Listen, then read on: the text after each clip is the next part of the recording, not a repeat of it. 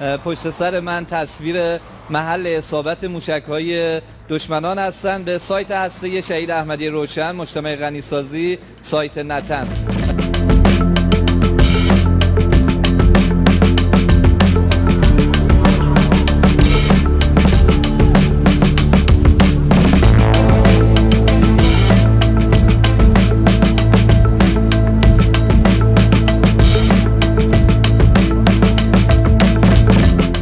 This morning, the IDF began preemptive and precise strikes targeting the Iranian nuclear program in order to prevent the Iranian regime's ability to build a nuclear bomb in the immediate time frame. We have no choice. We are operating against an imminent and existential threat.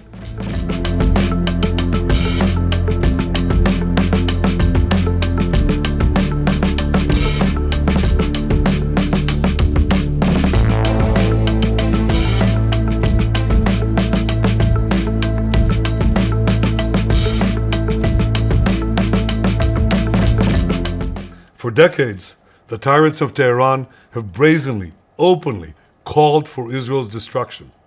They've backed up their genocidal rhetoric with a program to develop nuclear weapons.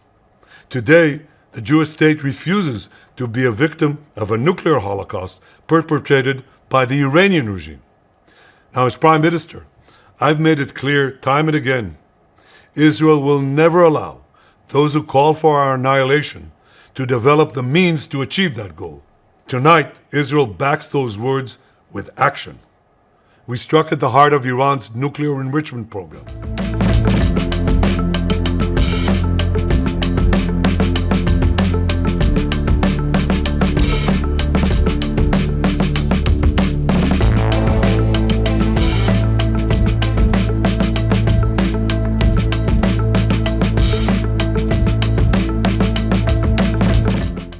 Israelis have been woken up by air raid sirens as the government announces a military campaign, unprecedented military campaign, striking Iranian nuclear targets. Moments ago, Israel launched Operation Rising Lion. The military says that Iran has continued to develop its nuclear program and is closer than ever to possessing nuclear weapons. In fact, it says Iran has accumulated enough materials to build 15 nuclear weapons within short times.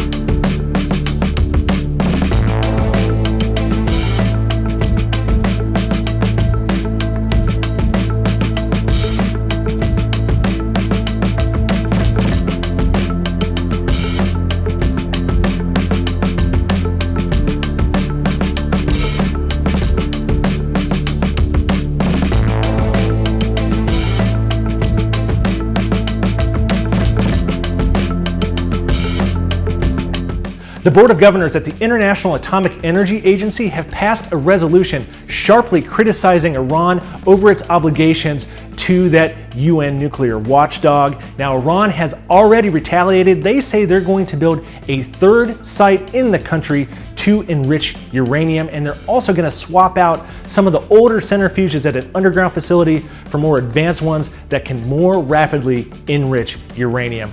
All this comes as there's just been months of tensions in the region over Iran's rapidly advancing nuclear program. They now enrich uranium up to 60%, which is a short technical step away from weapons grade levels. They also have a stockpile that could allow Iran, should it choose to do so, to build multiple nuclear weapons. Now, Iran has long insisted that its program is peaceful, but Western countries and the IAEA have said that Iran had an organized nuclear weapons program as recently as 2003.